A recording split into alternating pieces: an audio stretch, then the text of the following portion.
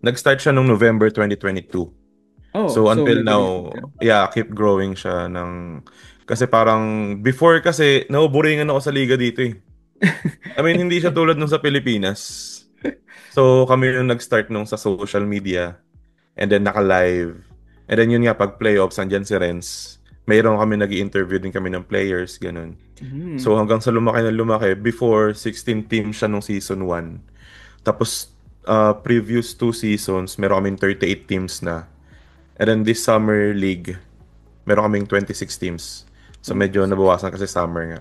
Summer, okay, So okay. ayun, kami na Renz magbilas and ano pa ba? May isa akong anak.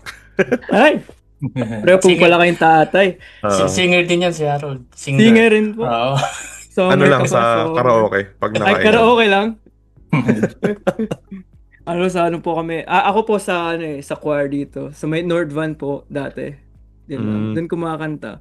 Um, but sa Pinas po ba, like nagba-basketball na rin po talaga kayo ng todo or like parang pagpunta niyo po ng Canada like mas nahumaling po kayo mag-basketball? Sa Pilipinas, ako mostly nakakapaglaro Mm. ng basketball. Pero nung college na, um, kasi hindi na ako tumangkad na lalo eh. So, mayroon mga pagsabayan eh. So, sabi ko na lang dun sa college na, hey, if kailangan nyo ng assistant coach Oh. or um, analyst or scout, nag-offer ako. Pero, syempre, ang dami nila